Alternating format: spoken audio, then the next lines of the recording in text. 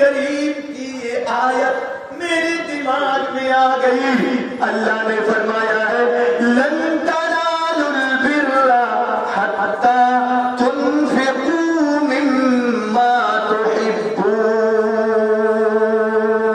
تم اس وقت تک نیکی نہیں پا سکتے, تم اس وقت تک نیکی حاصل نہیں کر سکتے جب تک کہ تم اپنے محبوب چیز کو, پسندیدہ چیز کو جب تک تم اللہ کے راستے میں خرچہ نہ کرو تب تک تم نیکی نہیں پا سکتے. اے میری بیوی, میں تو کشمکش میں پڑ گیا تھا, میں تو کلیئر نہیں ہو پا رہا تھا میری بیوی کہ روٹی اور پراٹھا یہ مچھلی میرے نزدیک زیادہ پسندیدہ ہے یا روٹیاں میرے نزدیک زیادہ پسندیدہ ہے. میں کلیئر نہیں ہو پا رہا تھا. میں دیکھ رہا ہوں روپیے سے بھی میری محبت ہے, یہ مچھلی اور پراٹھے سے بھی میری محبت ہے. اے میری بیوی, اور اللہ نے کہا ہے کہ تم اپنے پسندیدہ چیز کو میرے راستے میں خرچہ کرو تب جا کر کے تم نیکی پاؤ گے. اے میری بیوی, میں کلیئر نہیں ہو پا رہا تھا, میں کلیئر نہیں ہو پا رہا تھا کہ کون میرے نزدیک زیادہ پسندیدہ ہے, اسی لیے میں نے سب کچھ اٹھا کر کے دے دیا. اب اللہ جانتا ہے کہ اللہ ہم کو کتنا نیکی دے گا اور کیسے نیکی دے گا. دنیا کے میرے بھائیوں, اب آپ بتائیے کہ اگر آپ سے مانگا جائے اور آپ سے اگر اس مسجد کے سلسلے میں آپ کے سامنے ہاتھ بڑھایا جائے تو کیا آپ کو پیسے سے بھی محبت ہے اور مسجد سے بھی محبت ہے تو آپ کیا کریں گے؟ کیا کریں گے آپ؟ پیسے سے بھی محبت ہے نا, روپیے سے بھی محبت ہے, 10 کے نوٹ سے بھی آپ کو محبت ہے, 20 کے نوٹ سے بھی آپ کو محبت ہے اور مسجد سے بھی آپ کو محبت ہے. تو آپ بتائیے اب آپ کیا کریں گے؟ اے پرولیا کے میرے بھائیوں, میں کے دعا میں, آپ کے تلبڑیوں میں, آپ کے برمسیا میں, آپ کے کرم ٹولہ میں, ان گاؤں میں میرا پروگرام ہوتا ہے, آپ نے میرا چندہ دیکھا ہے. پرولیا کے میرے بھائیوں, میں نے ایمان کے 2-4 واقعات آپ کے سامنے بیان کیا ہے.